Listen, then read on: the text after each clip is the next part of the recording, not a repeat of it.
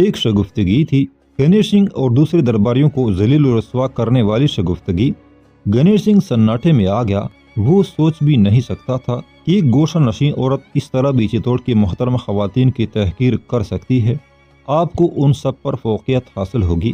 گنیش سنگھ نے فوراً ہی دوسرا جھوٹ بولا، اس طرح تو مجھے سب سے بڑی دیوی بنانا چاہتا ہے؟ بانمتی مسکرائی، اگر میں دیوی بن گئی تو پھر مجھے کہاں بٹھایا جائے گا؟ چتوڑ کا جو مندر بھی آپ کو پسند ہو۔ گنیش سنگھ خوش تھا کہ بانمتی آہستہ آہستہ اس کے بچھائے جال کے قریب آتی جا رہی تھی۔ کیا درگا اور کالی کی مورتیاں مندروں سے اٹھوا دی گئی ہیں؟ بانمتی نے ایک عجیب سا سوال کیا۔ گنیش سنگھ کی پریشانی کی انتہا نہیں رہی تھی، آخر وہ کیا جواب دیتا؟ حیران نظروں سے بانمتی کو دیکھتا رہا۔ بول گنیش سنگھ، کیا تیرے حکمرانوں نے ساری دیویوں کو دیش سے نکال دیا ہے؟ بانمتی ایک ایک لفظ پر زور دے کر بول رہی تھی، اس کے لہجے میں نشتروں سے بھی زیادہ کاٹ تھی۔ مائی، یہ کیسے ہو سکتا ہے؟ گنیش سنگھ ناقابل بیان کشمکش کا شکار تھا۔ پھر یہ کیسے ممکن ہے کہ بانمتی کے ہوتے ہوئے دوسرے دیویوں کو پوجا جائے؟ مائی گنیش سنگھ کی بے بسی سے لطف اندوز ہو رہی تھی۔ اگر پدمنی اور رتن سنگھ کو اپنی بدسلوکیوں پر ندامت ہے اور وہ پچھلے گناہوں کا کفارہ ادا کرنا چاہتے ہیں تو ان سے کہہ دینا کہ یوگیشوری، لکشمی، بھگوتی، نندا، رادھیکا، امبیکا، درگا اور کالی کے مجسمے دریا گمبیری اور برچ میں غرق کر دیں، پھر ایک ایک مندر کو میری مورتیوں سے سجا دیں۔ جب چتوڑ کی تمام عبادت گاہوں میں بانمتی کے مجسمے نصب ہو جائیں گے تو وہ اہل چتوڑ کو اپنے درشن دینے چلی آئے گی۔ ہمارے مذہب کی توہین کرتی ہے بانمتی۔ گنیش سنگھ شدت غضب میں اپنا لہجہ بھول گیا۔ گنیش سنگھ، یہ اچانک تیرے زبان کو کیا ہو گیا؟ کوئی داس اپنی مالکہ سے اس طرح بات کرتا ہے؟ بانمتی خلاف عادت ہنس پڑی۔ نہیں ہوں میں تیرا داس۔ گنیش سنگھ عالم تیش میں کانپنے لگا۔ ایک اعلیٰ نسل راجپوت کا ایک ویشیا یعنی طوائف کا داس ہو ہی نہیں سکتا۔ میری چوکٹ کی دھول پر ابھی تک تیرے گھٹنوں کا عکس موجود ہے، جھک کر اسے غور سے دیکھ کہ یہ کس راجپوت کا عکس ہے۔ بانمتی کا شعلہ ریز اندازی گفتگو واپس لوٹ آیا تھا۔ گنیش سنگھ سے کوئی جواب نہ بن پڑا تو اس کے منہ سے غلیظ کلمات کا فوارہ ابل پڑا۔ اب مجھے اندازہ ہوا کہ تیرے دل میں کیسی کیسی ناپاک خواہشات جنم لیتی رہتی ہیں۔ دیوی بننے کے خواب دیکھ رہی ہے، کوئی تیری لاش کو کاندھا دینے والا بھی نہیں ہوگا، آرتی تک نہیں اٹھے گی تیری، یہی اسی ایک گوشے میں سڑ جائے گی۔ چتوڑ کے درندے بھی تیری ہڈیاں قبول نہیں کریں گے۔ مائی بانمتی مسکرانے لگی۔ ان بدنصیبوں کو راجنیتی سکھا رہا ہے جن کے اقتدار کی چند گھڑیاں باقی رہ گئی ہیں۔ یکایک مائی کا لہجہ پرجلال ہو گیا۔ مجھے دھوکے سے قتل کرنا چاہتا ہے؟ میں نے تو تیرے آقا رتن سنگھ سے کہہ دیا تھا کہ وہ راجپوت سورماؤں کا پورا لشکر لے آئے، پھر تو تنہا کیوں چلا آیا؟ واپس جا کہ تیرا بڑا مالک قریب آ پہنچا ہے، وہ تم سب کو زندگی کا سبق سکھائے گا کہ شہنشاہ کیسے ہوتے ہیں اور غلامی کس شے کا نام ہے۔ گنیش سنگھ پر ہیضیانی کیفیت طاری تھی۔ اس نے مائی بانمتی کو گلا دبا کر ہلاک کرنے کے بارے میں سوچا، مگر جیسے ہی آگے بڑھنے کی کوشش کی اسے اپنا پورا جسم شل ہوتا ہوا محسوس ہونے لگا۔ گنیش سنگھ کے اعصاب پر خوف کی ایک تیز لہر مسلط ہو گئی اور پھر وہ اپنی جان بچانے کے لیے بمل شاہ کے مندر سے بھاگ کھڑا ہوا۔ پھر جب تنہائی میں گنیش سنگھ نے راجا رتن سنگھ اور رانی پدمنی کو یہ واقعہ سنایا تو چتوڑ کے دونوں حکمراں چند ساعتوں کے لیے مفلوج سے ہو کر رہ گئے۔ سکوت اور سناٹی کی اس کیفیت سے نکلنے کے بعد پدمنی نے گنیش سنگھ کو انتہائی تحقیر آمیز لہجے میں مخاطب کیا۔ تمہارا شوق سیاست آرائی تسکین پا گیا۔ میں نے پہلے کہا تھا کہ وہ نیچ عورت ہے اور ایک نیچ سے کسی اونچے شخص کا میل نہیں ہو سکتا۔ آکاش دھرتی کو گلے لگائے تو دھرتی اپنے نیچ پن کی وجہ سے پاگل ہو جائے، وہ آکاش کے جھکنے کو مجبوری سمجھے گی اور پھر وہ اپنی کمظرفی کے سبب چاند اور سورج کے منہ پر تھوکنے کی کوشش کرے گی۔ بانمتی نے بھی ایسا ہی کیا ہے، اس نے مہارانی پدمنی کے منہ پر تھوک دیا۔ کون پدمنی؟ وہ پدمنی جس کا چہرہ چاند اور سورج سے بھی روشن تر ہے۔ ملکہ کو حصار پر وحشتوں کی سی کیفیت طاری تھی۔ گنیش سنگھ، تم نے کیسے شفاف آئینے کو کیچڑ پر رکھ دیا؟ تمہارا جرم ناقابل معافی ہے۔ غصے کی شدت سے پدمنی کا چہرہ اس طرح سرخ ہو گیا تھا جیسے سارے مسام کھل جائیں گے اور لب رخسار کا تمام خون ابل پڑے گا۔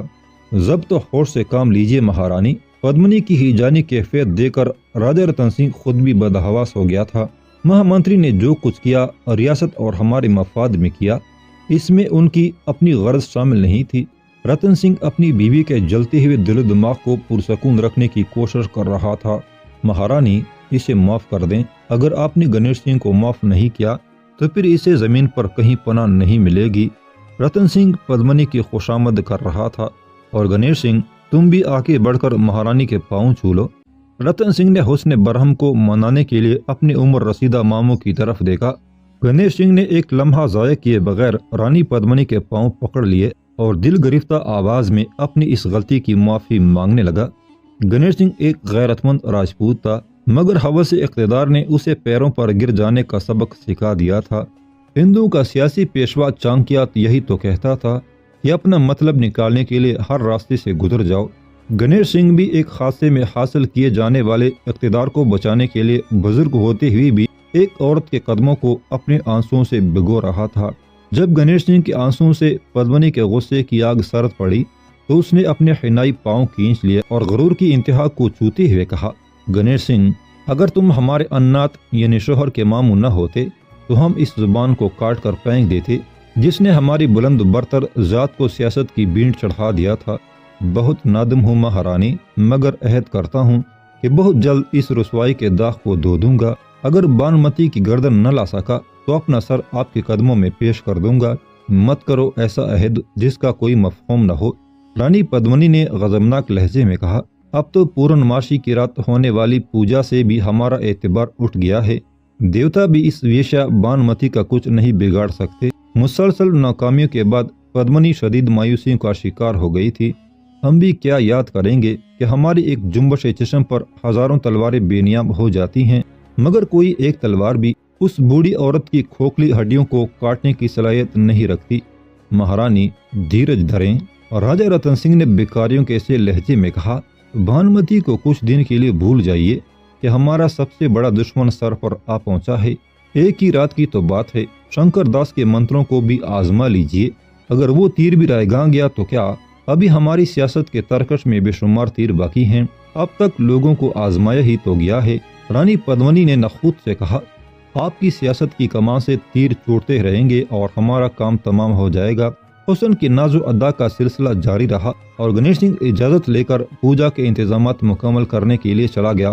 سارا دن اور ساری رات حکومت کی ڈنڈورچی نقارے پیٹ پیٹ کر چتوڑ کے گلی کوچوں میں پوجا کا اعلان کرتے رہے اور اس کے ساتھ ہی ریاست کے اچوتوں کو بھی تنبیہ کرتے رہے کہ اگر بھولے سے بھی اس قوم کا کوئی فرد مندروں میں داخل ہو گیا تو اس کا اور اس کے خاندان کا نام و نشان تک مٹا دیا جائے گا۔ جب رات کے سناٹے میں قلعے کی فصیل سے اعلان کیا گیا تو نرملا کماری، آفریدی، رامیشوری اور چندر سنگھ نے بھی یہ پرشور آوازیں سنی۔ فاصلہ زیادہ ہونے کے سبب آوازیں صاف سنائی نہیں دے رہی تھی، مگر جب بھی ہوا کا رخ ہوتا تو کوئی نہ کوئی بات سمجھ میں آ جاتی۔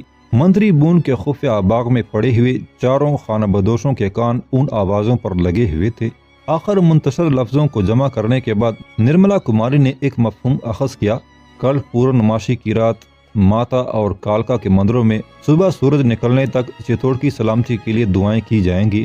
نرملا نے آفریدی کو مخاطب کرتے ہوئے کہا، اس کا مطلب ہے کہ سیاسی صورتحال بگڑ گئی ہے۔ آفریدی نے کچھ سوچتے ہوئے کہا، یقیناً کوئی خاص مسئلہ ہے۔ نرملا نے سنجیدہ لہجے میں کہا، چتوڑ کی یہی تاریخ ہے کہ آفات و مصائب کے زمانے میں اجتماعی پوجا ہوتی ہے اور پھر دیوتاؤں کے کرم سے وہ مشکل گھڑی گزر جاتی ہے۔ دیوتاؤں کے کرم سے؟ آفریدی نے حیرت زدہ ہو کر نرملا کی طرف دیکھا۔ میرے دیوتا نہیں، اہل چتوڑ کے دیوتا، نرملا کماری نے جواب دیا اور خاموش ہو گئی۔ شاہ سلطان کے لشکر چتوڑ کی سرحدوں کے قریب آ پہنچے۔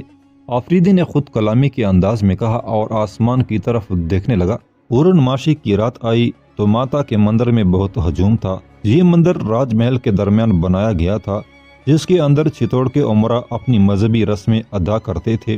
آچاریہ شنکر داس کی ہدایت کے مطابق راجگان چتوڑ اور سرداران قوم کی کوانی لڑکیوں نے شیو کی پوجا اس حال میں کی کہ ان کے چہروں پر شرم و حیا کا عکس تک نہیں تھا، اور ہوتا بھی کس طرح کہ وہ اس بے حیائی کی عادی ہو چکی تھیں۔ شیو پوجا ختم ہوتی ہی آچاریہ شنکر داس کی ہدایت کے مطابق پجاریوں کا یہ ہجوم کالکا کے مندر پہنچا۔ اس مندر میں درگا اور کالی کے طویل القامت مجسمے نصب تھے۔ دشمن کے مقابلے کے وقت خاص طور پر ان کی عبادت کی جاتی تھی۔ کالکا کے مندر میں شنکر داس تمام پجاریوں کی قیادت کر رہا تھا۔ شنکر داس کچھ دیر تک بآواز بلند مذہبی کتابوں کے اشلوک پڑھتا رہا۔ ابھی اشلوک پڑھتے چند لمحے ہی گزرے تھے کہ اراولی اور آبو کی چوٹیوں پر سیاہ گٹائیں نمودار ہونے لگی اور تیز بجلی کڑکنے لگی۔ پجاری بہت خوش تھے کہ دیویوں نے ان کی دعائیں فوراً ہی سن لی تھی۔ رات بھر اسی طرح پوجا ہوتی رہی اور بجلی کسی سرخ سام کی طرح لہراتی رہی۔ لوگوں کا خیال تھا کہ موسلا دھار بارش ہوگی، مگر آسمانوں نے چتوڑ کی زمین کو پانی کا ایک قطرہ بھی نہیں بخشا۔ پھر جیسے ہی صبح کا سورج طلوع ہوا، پجاریوں کے منہ سے بے اختیار چیخیں نکل گئی۔ مندر کا فرش اچانک ہلنے لگا۔ لوگوں کو شور و غوغا سے باز رکھنے کے لیے شنکر داس کو خود پوری طاقت سے چیخنا پڑا۔ ماتا کے پجاری گھبرائی نہیں کہ یہ دیوتاؤں کا لایا ہوا زلزلہ ہے جو چتوڑ کے ہر دشمن کو تباہ کر دے گا۔ ابھی ان الفاظ کی گونج ختم ہونے بھی نہیں پائی تھی کہ درگا ماتا جو ایک پتھر کے وزنی شیر پر سوار تھی الٹ گئی۔ شنکر داس مجسمے کے قدموں میں بیٹھا ہوا تھا، اس لیے اپنے ناتواں جسم کو نہ بچا سکا اور اس شیر کے نیچے دب گیا جسے درگا دیوی سیر و تفریح کے لیے استعمال کرتی تھی۔ لوگ دیوانہ وار بھاگ کر کھڑے ہوئے، کسی کو کسی کی خبر نہیں تھی۔ مجسمے کی گرتے ہی زلزلہ بھی ختم ہو گیا تھا، مگر لوگ بھاگے چلے جا رہے تھے۔ راجہ رتن سنگھ، رانی پدمنی اور گنیش سنگھ کے ہمراہ بمشکل تمام اس بھیڑ سے نکل کر راج محل پہنچا۔ ابھی ایک آفت نے دم نہیں لیا تھا کہ دوسری مصیبت ٹوٹ پڑی۔ چتوڑ کے سرحدی دستوں کا ایک سپاہی لرزتے جسم اور اکڑی سانسوں کے ساتھ رتن سنگھ سے سرگوشی کر رہا تھا۔ سمراٹ، ہر طرف گھوڑے ہی گھوڑے ہیں، بے شمار تلواریں اور لاتعداد انسانی سر۔ علاؤدین خلجی ہماری سرحدوں میں داخل ہو گیا ہے۔ علاؤدین خلجی کے حملے کی خبر سن کر راجہ رتن سنگھ سناٹے میں آ گیا۔ اس کے تصور میں بھی نہیں تھا کہ سلطان کے لشکر اتنی تیزی سے جلغار کریں گے۔ دہلی سے چتوڑ تک کا فاصلہ علاؤدین نے کم سے کم وقت میں طے کر لیا تھا۔ وہ صرف رات کے وقت اپنے فوجی دستوں کو قیام کرنے کا حکم دیتا تھا اور پھر صبح صادق سے پہلے تمام سپاہی اپنی منزل کی طرف روانہ ہو جاتے تھے۔ فجر کی نماز ادا کرنے کے لیے کچھ دیر ٹہرتے اور پھر اپنی رفتار بڑھا دیتے۔ جب چتوڑ کے محافظ دستوں کے سپاہیوں نے صبح کے دھندلکے میں ہر طرف شہ سواروں کے سائے دیکھے تو ایک سپاہی نے ہوش مندی سے کام لیتے ہوئے راج محل کی طرف بھاگنا شروع کر دیا۔ اس نے دریا گمبھیری میں اپنا گھوڑا ڈال دیا جہاں دریا کا پاٹ بہت کم ہو گیا تھا اور پانی گھوڑے کے ٹخنوں سے ذرا زیادہ اونچا نظر آ رہا تھا۔ وہ سرحدی سپاہی اس وقت راج محل پہنچا جب کالکا کے مندر میں افراتفری مچی ہوئی تھی اور لوگ چیختے چلاتے ادھر ادھر بھاگ رہے تھے۔ سپاہی نے بڑے ذہانت کا ثبوت دیتے ہوئے سرگوشی کے انداز میں راجہ رتن سنگھ کو بتایا کہ علاؤدین کا لشکر جرار آ پہنچا ہے۔ اس خبر کو سن کر کچھ دیر کے لیے راجپوت سمراٹ کے اعصاب شل ہو گئے تھے اور پھر اس نے فوراً ہی نئے مہامنتری گنیش سنگھ اور سپہ سالار ہری سنگھ کو اپنے مخصوص کمرے میں طلب کر لیا تھا۔ تم نے سنا ہری سنگھ؟ چتوڑ کے حکمران نے اپنے سپہ سالار کو اس طرح مخاطب کیا جیسے اس کی زبان اور جسم راج محل میں موجود ہوں اور ذہن کسی مفرور مجرم کی طرح مختلف راستوں پر بھٹکتا پھر رہا ہو۔ ہری سنگھ نے اپنے فرمان رواں کی سراسیمگی کو فوراً ہی محسوس کر لیا اور دونوں ہاتھ سینے پر باندھ کر سر جھکاتے ہوئے کہا، سمراٹ، میں اپنی سماعتوں کو دنیا کے شور سے محفوظ رکھتا ہوں۔ میں ایک سپاہی ہوں، اپنے شاہ کے ایک ایک اشارے چشم کا منتظر اور ایک ایک جنبش لب کا تابع۔ سمراٹ جو کچھ کہتے ہیں میں وہی سنتا ہوں۔